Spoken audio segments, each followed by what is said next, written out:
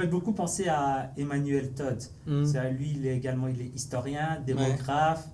Il a aussi une approche multidisciplinaire. Ouais. Vous aussi, vous êtes sociologue, anthropologue. Vous êtes aussi un peu économiste, expert de la finance. Vous avez tous les deux un don pour la prophétie, un peu prophète. Ouais. Lui a prophétisé la chute de l'URSS et vous, la crise des subprimes. Ouais. Que pensez-vous de cette comparaison? On a eu les mêmes professeurs. Voilà. Et on est passés tous les deux par Cambridge. Et il y a un peu de décalage. Lui, c'était 2 ans, 3 ans plus tard.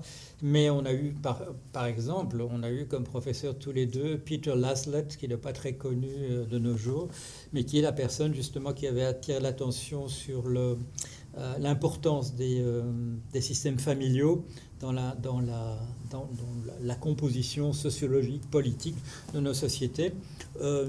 Todd en fait davantage usage, mais il y a d'autres choses que nous avons appris tous les deux à Cambridge et c'est un esprit aussi, évidemment, ce type d'université extrêmement élitiste, très dur envers les gens qu'on rejette, mais ce sont des écoles.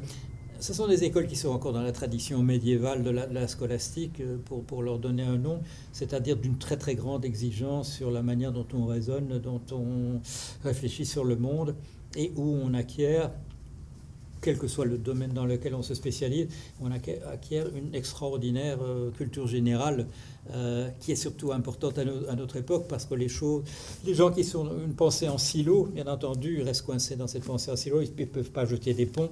Et ça, c'est effectivement ce qui a permis à Todd de parler de la fin de l'URSS, et ce qui m'a permis à moi de parler de ces subprimes, c'est parce qu'on ne s'est pas laissé limité par des frontières de discipline, il faut penser comme un géographe ou comme un historien ou comme un chimiste. Il faut pouvoir relier les pointillés partout où ils sont.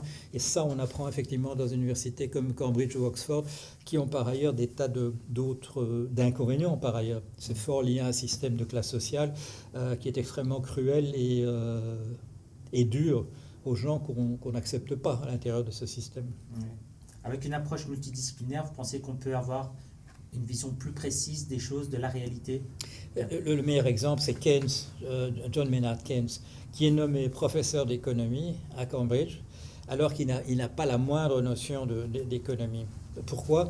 Parce que Alfred Marshall avait demandé au père de Keynes, Neville Keynes, lui avait demandé de devenir son assistant. Le père avait appris lui l'économie, ça paraissait logique. Une génération plus tard, Keynes, qui a juste un diplôme en mathématiques, il est en train de terminer une thèse sur les probabilités.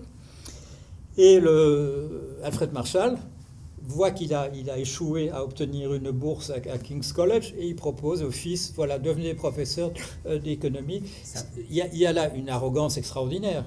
Accepter de devenir professeur d'économie alors qu'on n'a pas la moindre notion de ce domaine, mais il va faire un term, il va faire 8 semaines d'apprentissage en économie. Et pourquoi est-ce qu'il va devenir un très grand économiste? Parce qu'il est dans le carcan d'aucune pensée établie qu'il faut penser comme ça quand on pense à un économiste. Il est absolument ouvert et il va devenir le meilleur économiste du XXe siècle.